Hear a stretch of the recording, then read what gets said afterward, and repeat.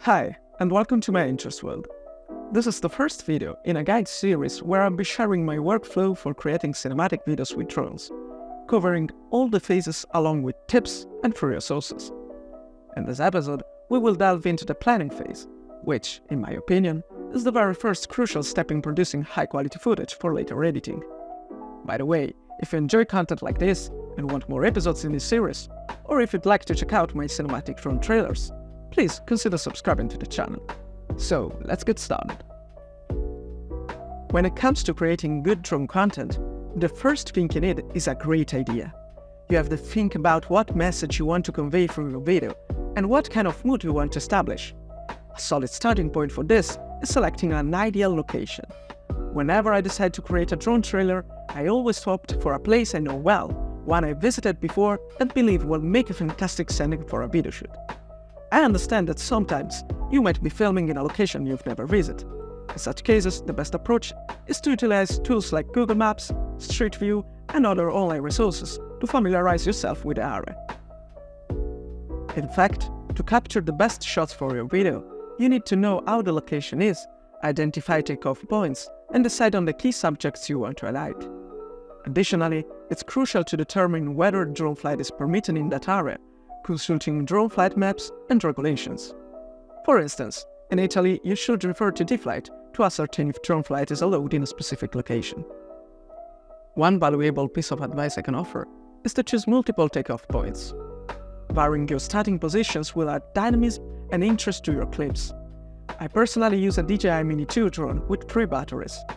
When filming at a location, I always strive to identify at least 3 different takeoff spots. It's essential to make these selections in advance, as you often won't have much time to decide when you are ready to film, especially if you're aiming for the golden hour. So, in my view, the first step is to develop a concept, and selecting the location is closely tied to that.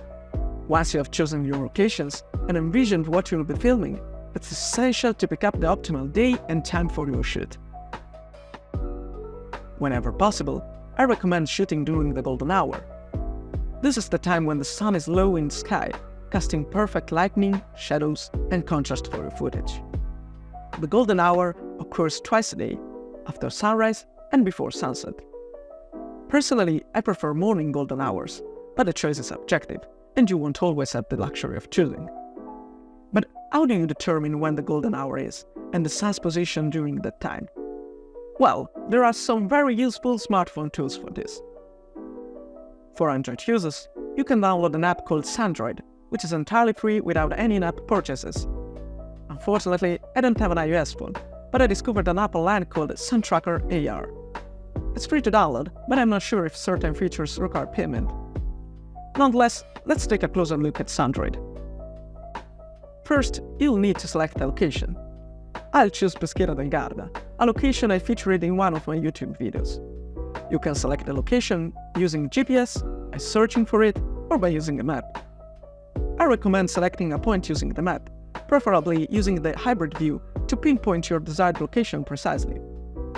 Next, you can choose a date, and by selecting Day in Detail and then Events, you can find both sunrise and golden hour end times in the morning and golden hour start and sunset times in the evening. I advise arriving at your chosen filming location at least 10 minutes before the start of the golden hour to prepare everything for your flight. Another useful feature is the tracker. By enabling map view and using the slider at the bottom, you can track the sun's position at your desired time. This is incredibly valuable for thorough flight planning. If you need assistance with the app, simply click on the Help section. It's well explained. Once you've determined the perfect day and time for your shoot, you should definitely check the weather conditions.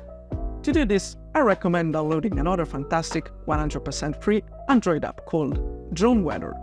As mentioned earlier, I don't own an Apple phone, but I found an alternative online that may provide similar functionality, although I'm uncertain if it's entirely free. It's called UAV Forecast.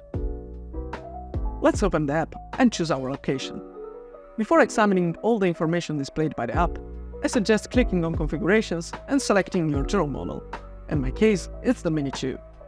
The selection will cause the app to adjust the parameter color based on your drone's capabilities and current weather conditions. You can also choose the day and time at the bottom. At the top, there's a summary of the flying conditions. Clicking on it will provide an explanation of the weather conditions for drone flights. Additionally, for temperature, wind speed, and wind direction, you can see how they change with altitude by clicking on the specific parameter. If you require assistance, just click on the Help section. It's well documented. In my opinion, this is an incredibly useful app, and I recommend checking it before every flight. So, once you review the weather conditions, my last piece of advice is to prepare your drone thoroughly. This means ensuring your batteries are charged, checking the SD card, and cleaning the drone. It's helpful to create a checklist to ensure you're fully prepared. Just in case. Some may argue that planning to this extent is unnecessary, but I believe that, especially when time is limited, such as during the golden hour, is crucial. However, this is just my personal opinion, and I'm interested in hearing your thoughts.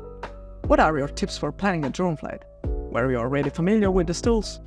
Please leave a comment below. I'd be delighted to read and respond. If you enjoyed the video, you can click the like button. And if you're interested in this series, perhaps you could subscribe to the channel.